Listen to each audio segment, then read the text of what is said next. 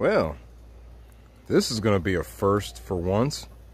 A different vehicle to work on.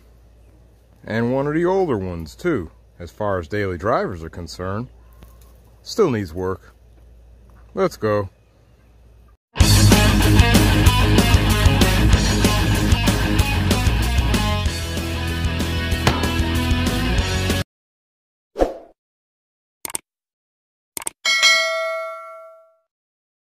Alright, we're back again, this time with a vehicle that nobody's ever really seen, but it's been around for quite a while.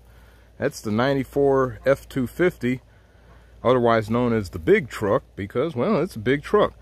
For a little bit of a rundown on this thing, again, 94, extended cab, long bed, 8-foot bed. It's got a 351 or 5.8 for you metric folks. And it's got a C6 3-speed automatic transmission.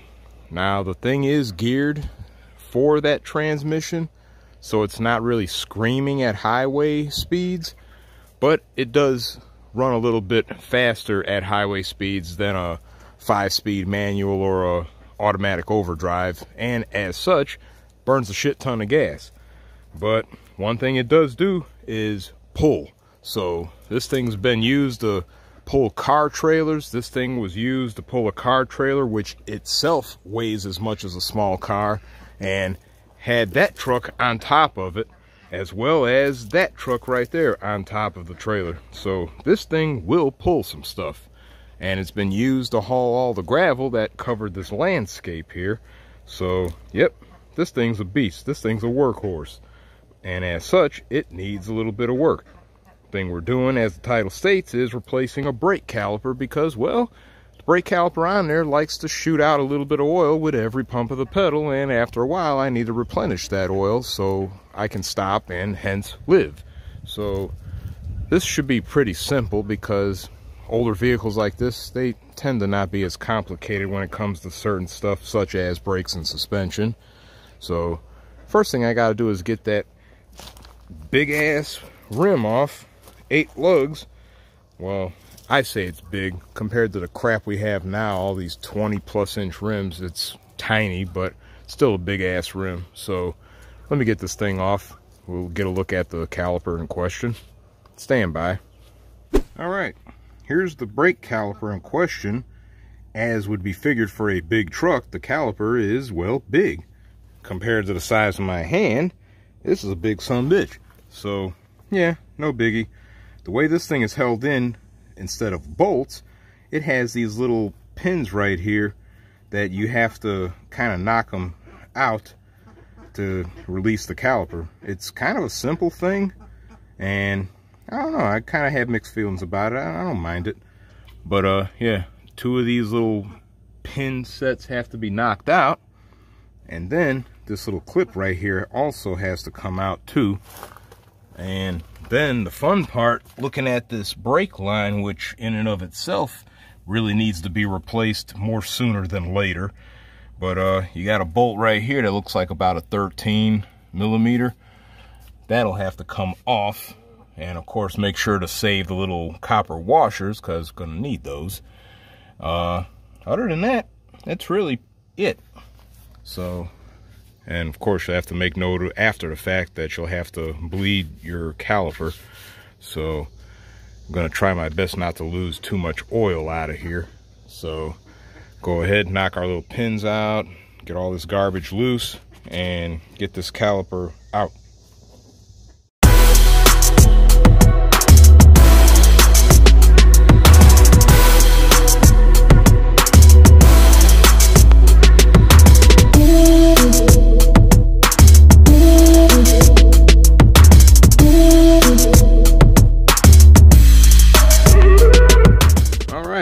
As can be seen, removal was quick and easy, painless. So with that in mind, we can go ahead and put the new one on. Got the new one right there. Pistons are already compressed in there. We even have a new set of little pin thingies. Let me see some here. That's unfortunate. rat bastards didn't put any little copper washers in there. Ain't that some? So I'm gonna have to salvage the one off of here. We still have the one on our line there, so at least all is not lost. So let me go ahead and get this crap on here. Stand by. Wait, well, I take back the rat bastard comment. They did include a fresh bolt and washers, so we don't have to worry about that old hardware. So, my bad. Let's put this on.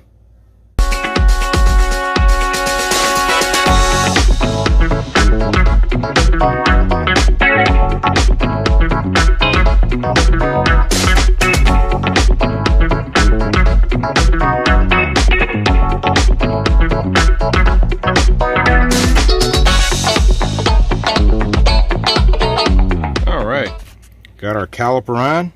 As stated before, this is really quick and simple.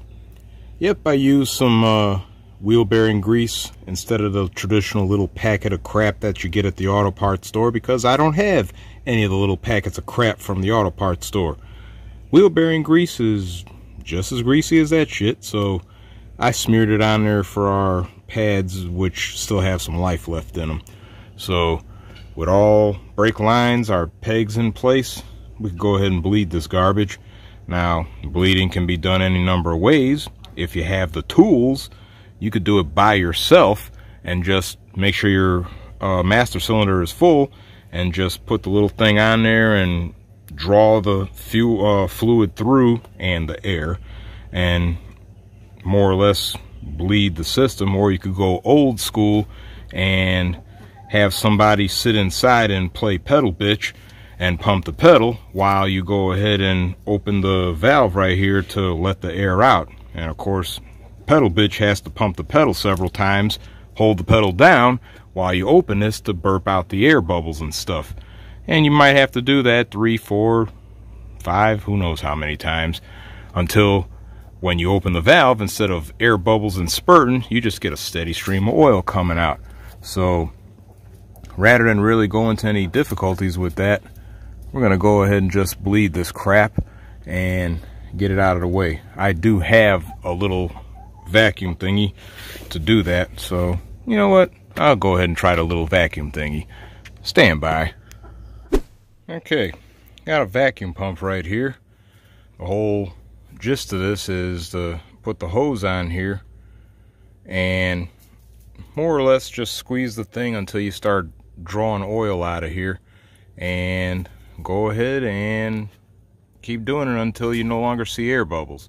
So give me a second, let me get this camera set back up and we will demonstrate. Since this hose is not exactly a snug fit on this fitting, I'm gonna have to hold it on here. I loosened up the thing. We're already getting some gravity feed action here. As you can see, oil is kind of going into a upwards rise in our hose, but really it's flowing downward. It's coming down from the master cylinder into here, and then it's more or less coming up at the least resistance. But as you can see, we had some air bubbles right there. Now, got to make sure this shit stays on here because we don't need to administer more air into the system.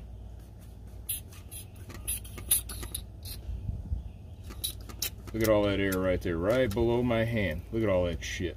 There you go.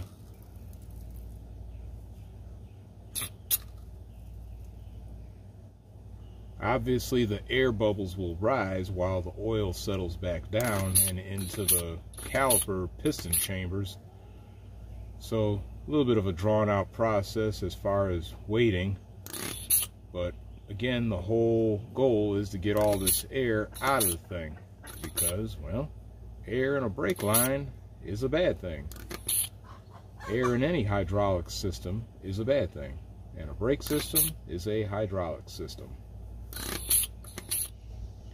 After a while, you'll want to stop and check to make sure your master cylinder still got plenty of oil. So, to safely do that, we will need to snug that up so oil don't just leak out of here and let air right back in. So give me a second. But what I will do is a redundant thing, which is get somebody in here to pump the pedal while I manually open this thing to let some fluid out and see how that looks. So we'll go ahead and do that real quick.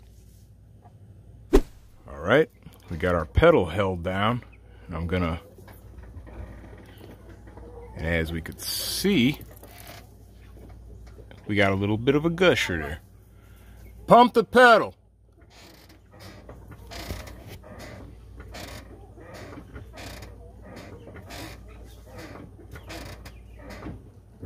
All right, hold it.